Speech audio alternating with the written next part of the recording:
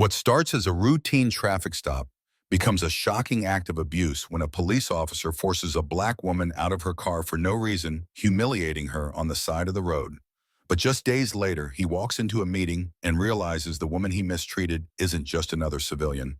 She's the new leader of the city's reform program, and now she's his boss. This story is not just about justice. It's about power change and what happens when those who abuse authority are forced to confront their reflection publicly. Ava Monroe was running on caffeine and sheer willpower. The glowing digits on her dashboard read 11:46 p.m., and Montrose Heights, usually picturesque in the morning, felt ominous under a veil of silence and street lamp shadows. She had just left Harmony Crisis Center, where she'd spent the last 16 hours coordinating emergency care and scrambling for resources after a sudden wave of overdose patients. She looked forward to hot tea and a moment of silence. Then came the sirens. Red and blue lights burst in her rearview mirror like an explosion of dread. She blinked quickly, checked her speed, 35 right on the dot. No broken lights, no stop signs, missed. Still, she knew what came next. She pulled over. Turning off the engine, she rolled her window halfway down, turned on the dome light, and kept both hands on the wheel. Every movement rehearsed, polite, predictable. The officer approached. The flashlight's beam struck her square in the eyes. She squinted. "License and registration," he barked. "Evening." "Officer," she said, voice measured, calm. "May I ask why I was stopped?" He didn't answer. The beam never moved. "Hand them over." Now, something told her this wasn't about a traffic violation. "Step out of the vehicle," the officer said flatly, standing in a wide confrontational stance. Ava blinked. "Excuse me," I said. "Get out." Now. His hand shifted to his belt, not to draw, but to let her know he could. Slowly, she unfastened her seatbelt and stepped out. The air was colder than she remembered. "Sir, I'd just like to know why you people always have something to say," he muttered, just loud enough for her to hear. Her breath caught. "I beg your pardon. I need to conduct a sobriety test. I haven't been drinking. I was just working. I'm the director at Harmony Center." "You can call and confirm that, hands on the hood." "This isn't necessary," she said calmly, even as her heart thumped wildly. He grabbed her wrist and pushed her forward harder than he had to. Her cheek hit the cold metal. A flash of memory. Her brother in cuffs at 15 for walking, while black pulsed behind her eyes. A car passed by slowly. Its headlights lit the scene. Someone inside rolled down their window.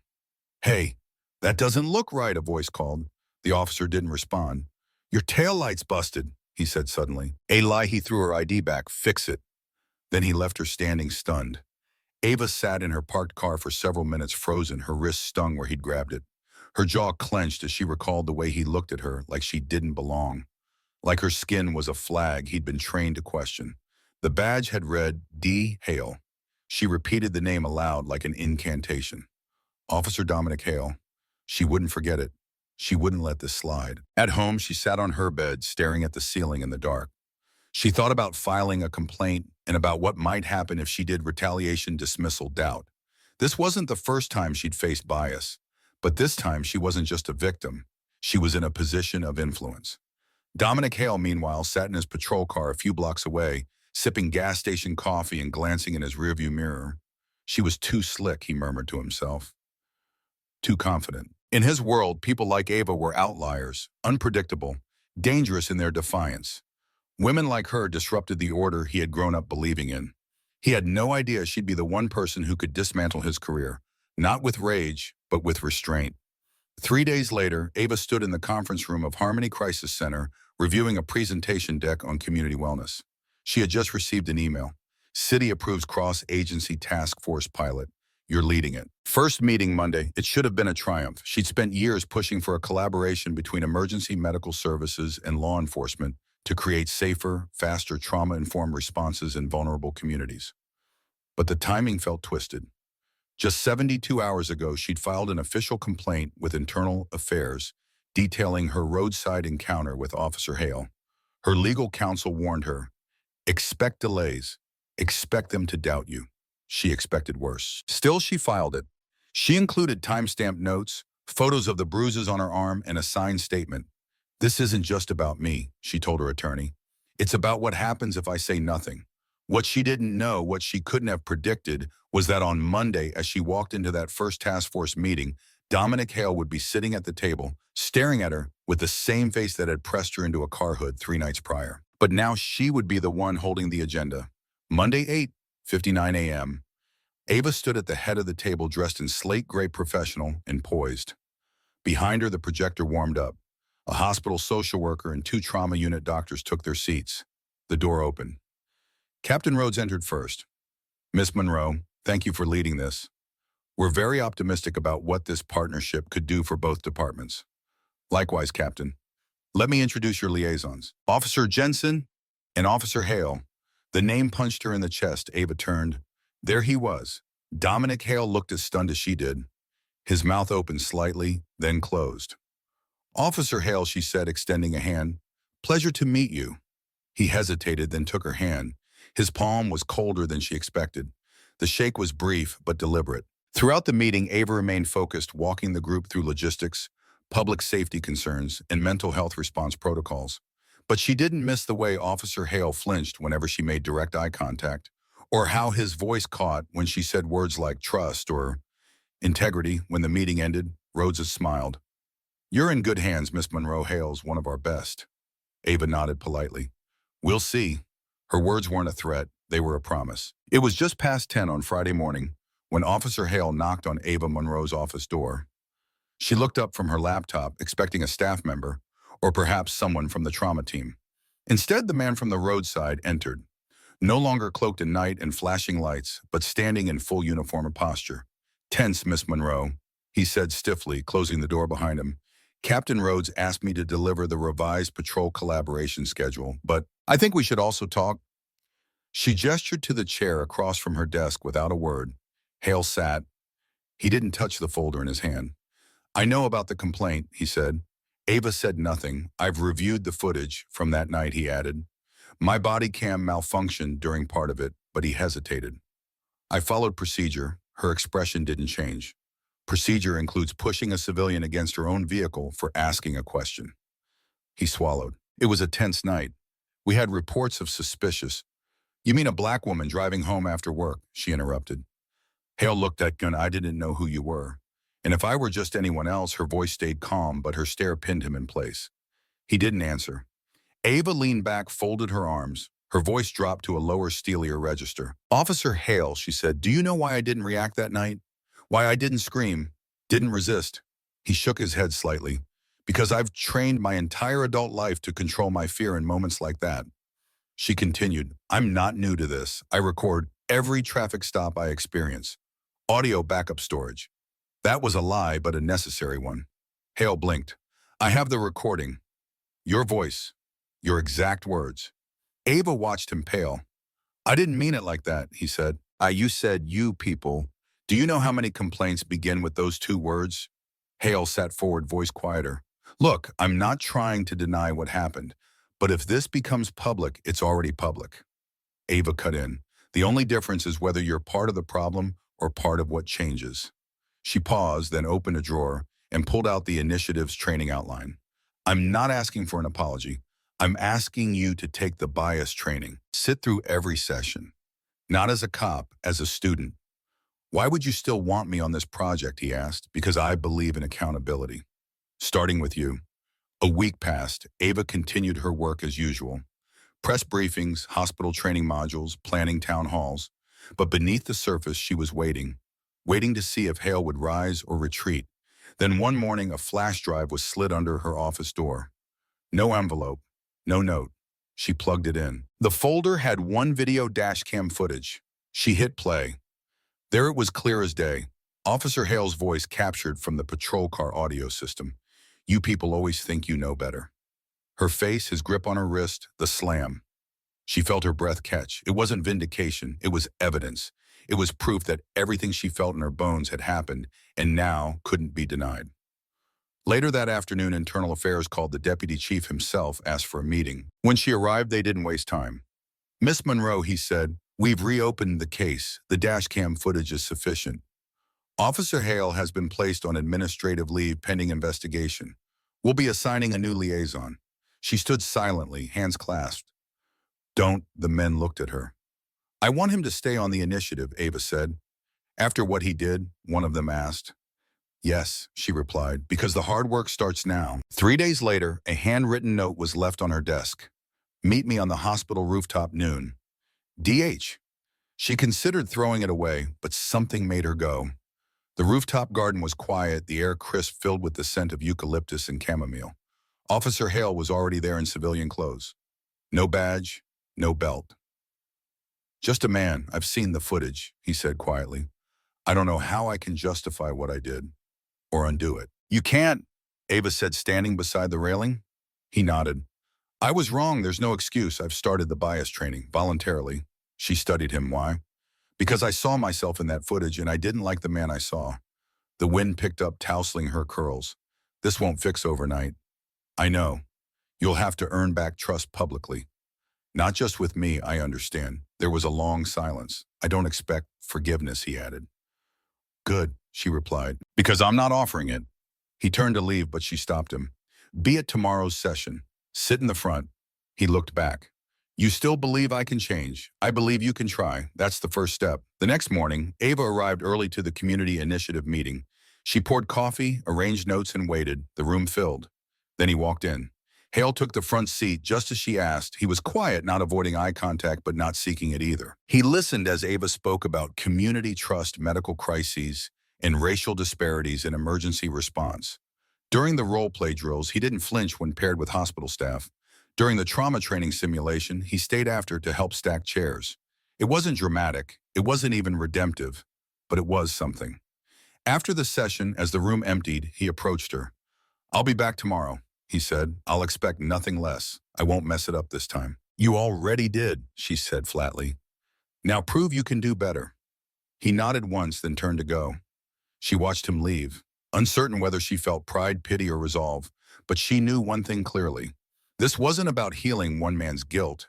It was about forcing a system to face its reflection. 3 weeks into the program, change was visible but fragile. Ava had crafted a curriculum that tackled real-world trauma response, racial bias, and de-escalation in crisis settings. Each week, officers rotated through simulations. Each week, someone cracked.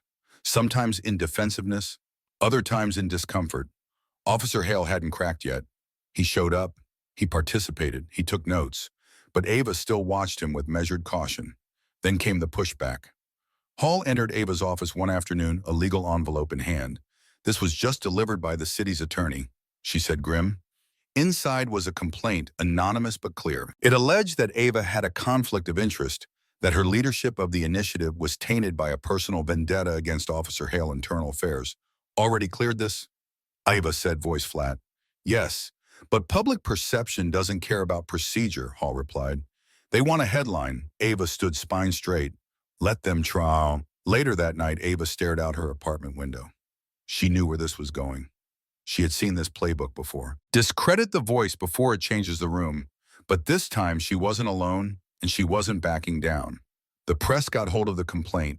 Suddenly, Ava's name was everywhere on talk radio, in op-eds. Even a segment on late-night news. Some praised her resolve. Others painted her as a political actor using her trauma as leverage. The most viral post read, should a woman with a grudge be shaping police policy? She didn't flinch, but the hospital board did, Dr. Hall called an emergency meeting. We need to talk optics, she said. They want you to step back just for a few weeks. No, Ava said. It's not permanent, just until it blows over. That's how they silence us, Ava replied. They wait for the fire to die out while they rearrange the walls. The board was divided. One member, clearly uncomfortable, said, it's just temporary insulation, not censorship. Ava walked out of that meeting furious but resolved. She didn't go to the media. She went to work. That Friday, she added a new module to the officer training. When the system turns on its reformers, she taught it herself, and front row taking notes like his life depended on it, was Dominic Hale. He didn't say a word, but Ava saw it in his eyes. He understood. Maybe for the first time on a rainy Tuesday morning, Ava found a folded note slipped beneath her office door. It was handwritten. I've spent my whole career convinced I was the good guy. I see now I never asked who I might be hurting. Thank you for holding the mirror. She read it once, then again. It was the first time Hale had acknowledged anything beyond the structured training. No excuses, no damage control, just a quiet, bruised truth. She didn't reply. She didn't need to. That afternoon, they ran a simulation involving a domestic violence call, High stress, high stakes, role-played with actors trained in real trauma reactions. Hale volunteered to lead. He didn't reach for the weapon prop once. Instead, he knelt, listened, de-escalated. When the session ended, the actor playing the victim approached Ava privately. That officer, he said he listened like someone who's made mistakes. Ava didn't smile, but her chest eased slightly. Maybe mirrors really do crack open more than egos. 2 months into the initiative, Ava was pulled into a quiet meeting with a city ethics officer. It was about the original traffic stop. Someone just sent this anonymously, he said, handing her a flash drive. She knew before even opening it, it was the full body cam footage, the part that had supposedly malfunctioned. The audio clear this time revealed not only Hale's aggression, but something darker, his false radio report claiming Ava resisted. The lie chilled her. This proves misconduct, the officer said. Do you want to reopen the case? Seek criminal action. Ava sat still. She could end him, officially, permanently, but her mind spun back to his notebook. His silent nods, his restraint during drills, the handwritten note. She took a breath. No, she said. Let the footage speak for itself, but the work matters more than revenge. The officer looked surprised. You are protecting him? No, she replied. I'm protecting the future, one truth teller at a time. She made one copy, filed it under systemic receipts, and kept walking forward. It was during a routine Wednesday session topic, crisis response and public bias, when something cracked. Not in Ava and Hale, she had just finished outlining a scenario. A black teenage boy, autistic, panicking in public, mistaken for a threat. A young officer asked, how are we supposed to know he's not dangerous? Ava answered carefully, the question shouldn't be, what if he is? It should be, what if he isn't, and we treat him like he is? The room fell silent. Then Hale raised his hand. I made that mistake, he said. Everyone turned. That night, he continued, I didn't see a tired professional going home from work. I saw a threat, because somewhere along the line, I stopped asking the second question. He didn't look at Ava as he spoke. He looked at the young officer who had asked, and it cost me everything. I thought made me good at this job. No one spoke, not even Ava. Because in that moment, the room wasn't about roles or rank. It was about truth, and Dominic Hale, former enforcer, current student, had finally stepped into it. 6 months after the initiative launched, the city held its first community health and safety forum. Press, city officials, hospital staff, and police officers filled the auditorium. Reporters buzzed, cameras rolled. Ava stood at the podium, centered and steady. When we began this program, we weren't just creating new policy, we were building trust where there had been pain. That trust had to be earned. Her eyes scanned the crowd, pausing briefly when they found Hale in the second row. He sat in full uniform, shoulders squared but not rigid, just present. We have officers today who entered this space with reluctance, fear, even resentment, she continued, but they stayed and they listened. She stepped aside and gestured toward the mic. Officer Dominic Hale, would you like to share your experience? He walked to the podium. Slowly, not like a soldier, like a man who knew every word mattered. I don't deserve applause, he began, but I do owe this room my honesty. He recounted the night, the stop, the lie and the shift. I thought I was trained to control chaos, he said, but I was never trained to examine myself until now. The room was silent. Then came the applause, not loud but real. Weeks later, Ava found herself back in the mayor's office. This time she wasn't alone, Doctor. Hall Officer Hale, Captain Rhodes, and several community leaders sat at the long polished table. The mayor entered, sleeves rolled face, tired but hopeful. You've done what few have, Miss Monroe, he said, and the city's taking notice. He gestured to the paperwork before them. We're expanding the initiative citywide, 10 hospitals, 8 precincts, full funding. Ava exhaled not from relief but from readiness. And we want you to lead it, the mayor continued, not just as a liaison, but as director. She didn't smile, she nodded. On one condition, she said, every officer must complete the full bias certification. No exceptions, he nodded. Done. She turned to Hale. They'll need instructors, she said. He blinked. Me, she didn't repeat herself, because this wasn't a reward, it was a charge, and he understood that now. Outside City Hall, Ava and Hale stepped into the light drizzle, walking side by side. Why me? He asked quietly. You could have chosen anyone because you fell the hardest, she said, and still stood up. He was quiet for a moment. I almost ruined you, he said. No, she corrected him. You revealed yourself and gave me a platform I don't deserve. Forgiveness, he said. I'm not offering it, she replied. I'm offering purpose. Use it well? He nodded. And for the first time, he didn't feel ashamed of the uniform on his chest. He felt responsible for it. Months passed, the program grew. One morning, Ava received a letter in a plain envelope. No return address.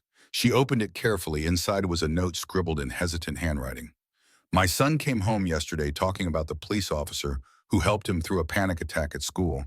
He said the officer didn't grab him, didn't yell, just talked to him like a person. He didn't know the officer's name, but I did.